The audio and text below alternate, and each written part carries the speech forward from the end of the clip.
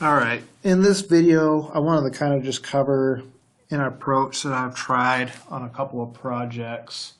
when I've been in kind of a rough spot. And the purpose of it is to try and identify different options and solutions you have when doing MEP coordination or trying to mock something up. And when somebody wants to play out a what-if scenario, and rather than involving a whole bunch of people and trying to vet out this scenario, it can be easily coordinated, contained to just one or two people performing the work, and we could really answer a lot of questions this way. Specifically when we have a situation that involves a large amount of different systems that would oftentimes include those subcontractors,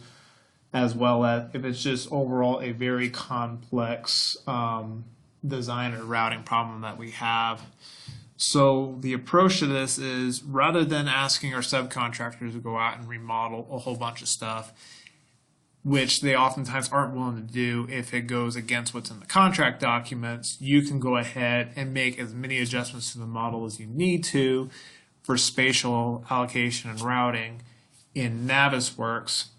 And then if you can figure everything out, rearrange everything in a way that it works, then you can go ahead and send that out to the subs and say, hey, I think I figured it out. I want you to review it and let us know if we have any questions or concerns before we write this RFI. So the first thing that we did is we took our coordination model,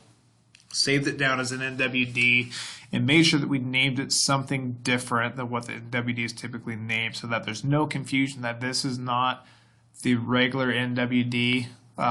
This is going to be a modified version of it that everybody is going to see a bunch of adjustments and changes. So to make it clear on this one, we went ahead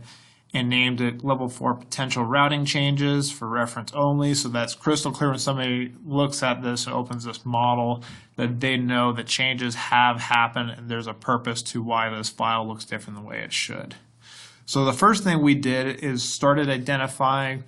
different components in the model or different sections of the models that we want to go ahead and adjust so that we can see if we move this here, if we change this elevation here, what does that do and is everything going to fit?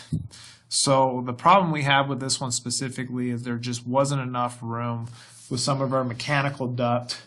that was hugging tight to structure. There's a couple of spots where they went ahead and adjusted the elevation because of steel girders. So what we did is wanted to see if we changed where the duct was transitioning and kept it high in some spots and low in other ones, if we could then turn around and fit some of the systems running north to south a little bit better than what we had. So the first thing we did is went ahead and made a couple of selection sets. For example, you can see right here, west duct section there. We've got east section right there, and then this whole central trunk line, we have that right there. By going ahead and creating some of these selection sets, we can then turn around, go to the item moves tool, and if I go ahead and select that, I can see if any of this has been adjusted and changed in order for us to mock some of this stuff up. Because it's a selection set and it's a section of the model but not the whole thing, after you go ahead and move it, it's going to kind of reset the value so you can actually see how much it moved. But basically what we did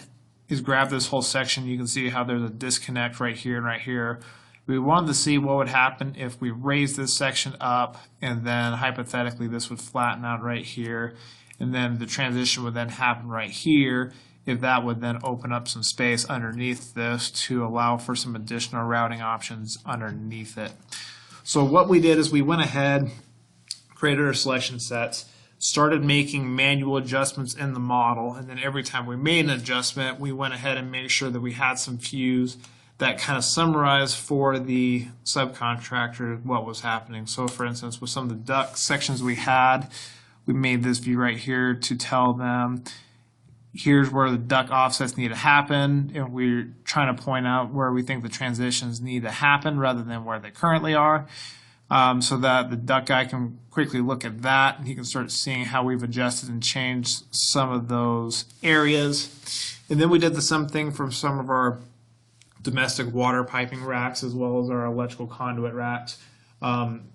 This ended up involving about 4 different systems that we had to go through and rearrange and adjust in order to make everything work. And within a matter of about 2 to 3 hours, we were able to reroute all the systems in a way that everything could fit with our current ceiling heights. Which if we were going back and forth with our subcontractors on this, that could have easily taken 2 weeks to try and vet some of these things out, because some of this worked with a little bit of trial and error where we go ahead and adjust it, pan around it to see what's happening, and if it doesn't work, go ahead and make some additional adjustments and changes until it fits. And so rather than trying to force the subcontractors to work through those issues themselves, we can make those adjustments and changes in real time. And really kind of have that conversation with ourselves and play devil's advocate a little bit to sort through the problem. Once we feel like everything works, we can then save this NWD again, send it out to the sub, say, okay, here's what we've done. I think we've solved this problem,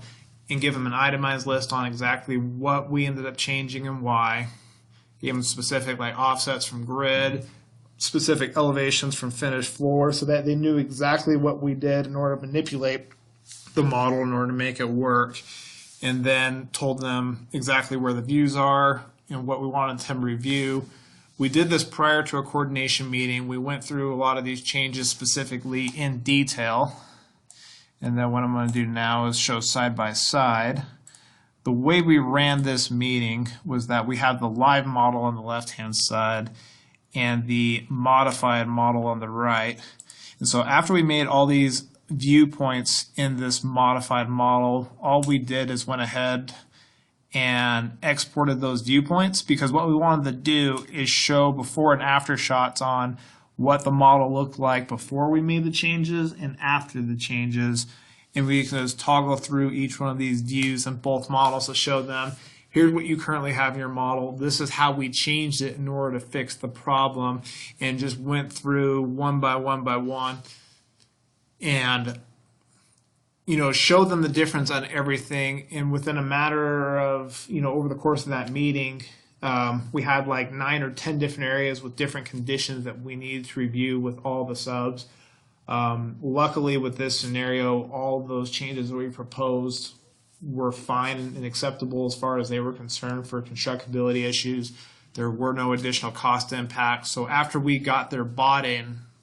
for what we wanted to do, we summarized the changes that we made into the model into PDFs, sent that out to the subs and say, okay, this section of the duct is at this elevation, this one's at that. Will you just confirm what we have in these PDFs? Because as soon as we get a confirming email from you, we're attaching all of these into an RFI and sending that over to the design team.